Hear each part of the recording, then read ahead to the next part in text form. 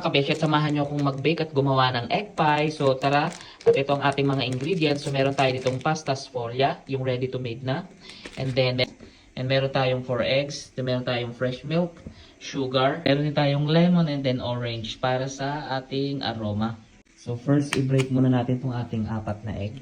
Yan, samasamahin lang natin ang ating 4 na itlog.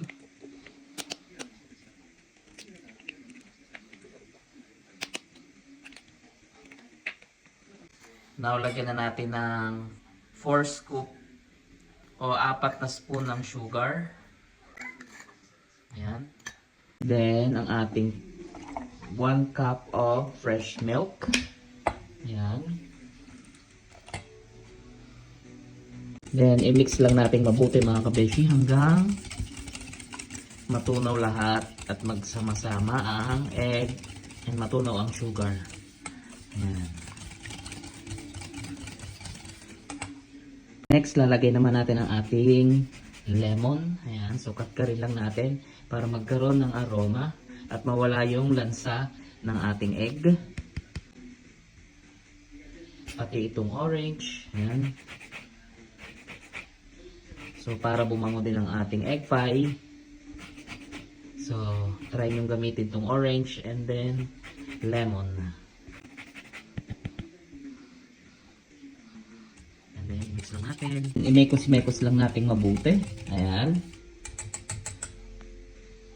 I-set aside lang muna natin. And then now, i-ready na natin ang ating ayan. Ang ating pasta sfoglia. So, ready na ito mga kabeshi.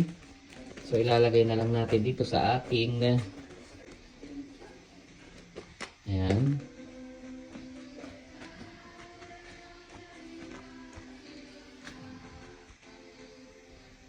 Then, gupitin lang natin itong angle na labis na mga kayo. Katapuno.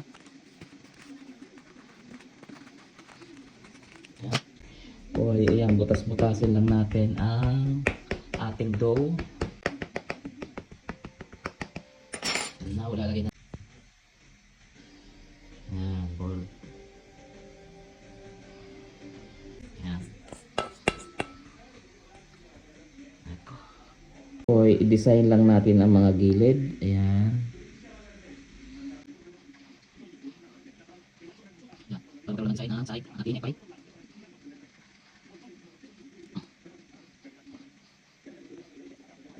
Natin sa oven.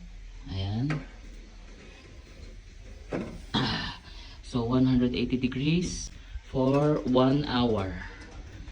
Ayan. So, ayan, ready na ang ating egg pie. Wala.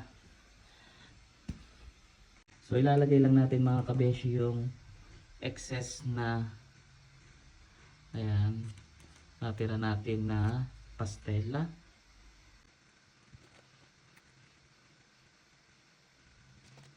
Ayan,